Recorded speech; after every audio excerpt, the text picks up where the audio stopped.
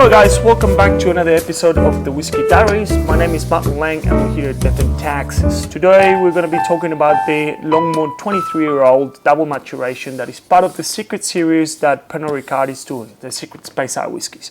This is part of a three editions for Longmorn. They're doing the 18, 23 and 25. We already reviewed the 18, it was a delicious whiskey. Just to recap a little bit on Longmorn and a little bit of the history, got established in 1894 by John Duff. The John was actually really experienced. He had some experience at Glenronach beforehand. They opened a very successful distillery, so much so that 2 years later they opened another distillery called Benriach. Everybody's very familiar with Benriach. Now, unfortunately, around 1899,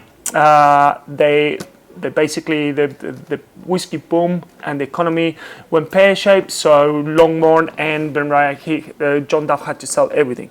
The person who actually took over that was James Grant, which part of the Grant family, which we all know that they do great blends. So that's when Longmorn started to become a whiskey that is basically used for blends all the way till the 1970s and all the way till like 2000, for instance. Around the 1970s, Longmorn got taken over by Chivas Regal, and Chivas Regal later on got taken over by Pernod Ricard. Pernod Ricard since then been doing single bottlings of the Longmorn. They have 8 still in total. Originally they have only 4. In the 1970s they installed another 4. So at the moment the output for the distillery itself is 4.5 million litres a year, which is quite sizable. But most of the whiskey that they produce goes to the Chivas Regal blend. Now they have 2 bottlings, official bottlings. They have the 16-year-old that we did a review that actually replaced the 15-year-old before, and then we have the 23-year-old as well. They just don't produce a bad whiskey. The whiskey in itself and the characteristic of itself is just a really fruity, really light, easy to drink, and all of them are actually bottled at quite some high ABV. So this one in particular is a 23-year-old that is bottled at 48% ABV. The double cask maturation, contrary to most of the other whiskies, like double maturations, as we talked before with Balvenie and other whiskies, they use an initial bourbon cask, and then after that they transfer it to a sherry cask. That allows for a little bit more different complexity. The sherry adds something, the bourbon adds something. This one in particular is double maturation in American oak barrels and American oak hogshead. Hogshead is a stub of barrel that is slightly bigger than the standard barrel, so it's 300 liters compared to the 220 liters that is just American oak, normal American oak barrels. That means that it's less surface contact, so it just adds a little bit of lighter character. We do not know how long they spend in each barrel. We just know that it's a double maturation. The whiskey, the bottle itself comes with a bottle number.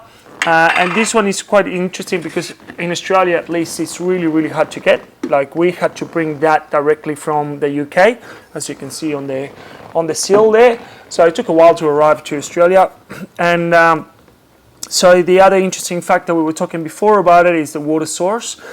It's an underwater lake, so underground lake. You can't see it from anywhere. You can't access it unless you know that it's there.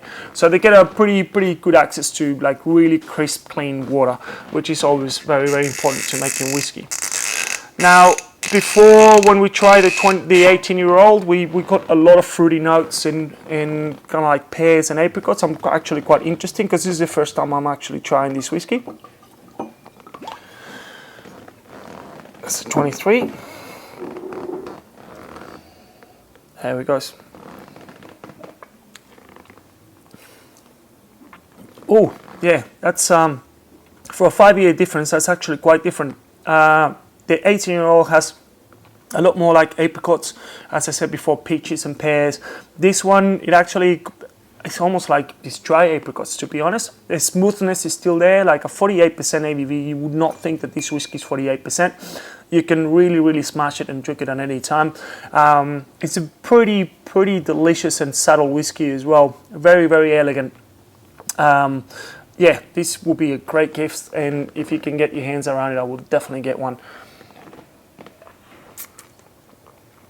Yeah, that's impressive. Guys, thank you very much for listening, and we'll see you in the next one. Slàinte.